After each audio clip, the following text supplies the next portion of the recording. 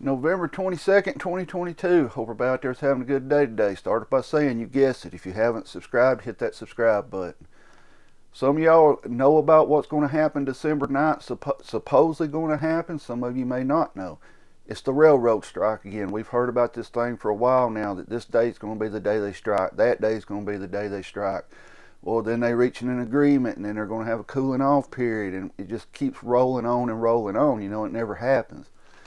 A lot of you do not understand, or do not know, I should say, that the government can just step in and tell them, you're not going to strike, you're going to accept this deal, and that's just the way it is. You know, what's going on right now? You know, the railroads are wanting, paid sick days, things like that, which is perfectly normal, the stuff they're asking for. It's not like they're asking for ridiculous things, but like everything going on, we're just going to have to see what happens with it. Am I concerned with it? No, because being prepped up, being prepared, you're not worried about if a railroad system goes down, or if the trucks stop rolling, or things like that, because you're prepared for it. The ones who need to be kind of concerned with it and paying attention to it a little bit are the ones who are not prepared for nothing. They're the ones that's going to see it the worst, where they're not going to see things on their shelves and stuff if a strike does happen.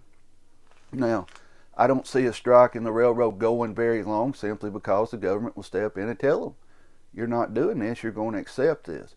Now, what would you say if the government told the railroads, you're not striking, you're going to keep working? You might see them for a while say, well, we're just not going to put out as much production as we usually do, just kind of slow down things. But in the long run, the trains will keep running. I can guarantee you, if the railroad went on strike, and somehow or another they stayed on strike for a very long time, you would see the federal government come in and start running that railroad. That's what you would see. You would see National Guardsmen and things like that running the railroad. They know how much reliant we are on the railway systems, But guys, there's so much stuff going on. It seems like every day we're on here either telling you this is going on, that's going on.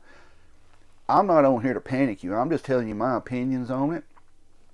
A lot of these channels on here, good or bad, they'll come on with, a flashy headline and things like that and scare the crap out of you, pretty much is what they're trying to do. But you also got to ask yourself, when you see a channel like that, and I have no problem with it, that's their hustle. That's how they make their money.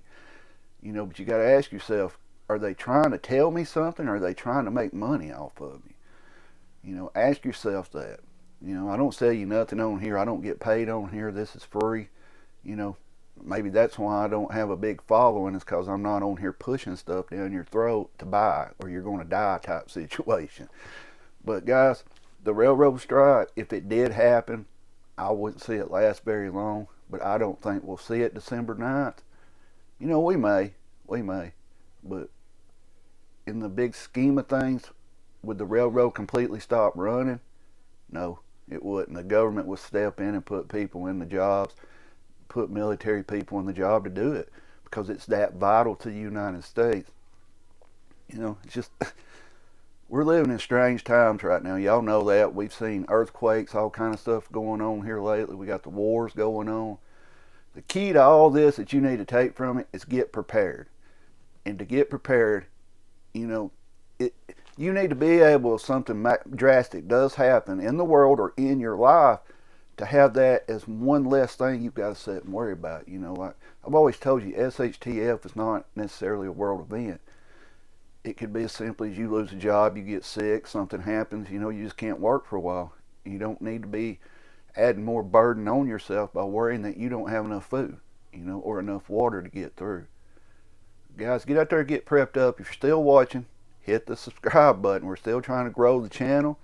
Like I said, maybe I need to start trying to pump stuff down your throat, trying to sell it to you. I don't know.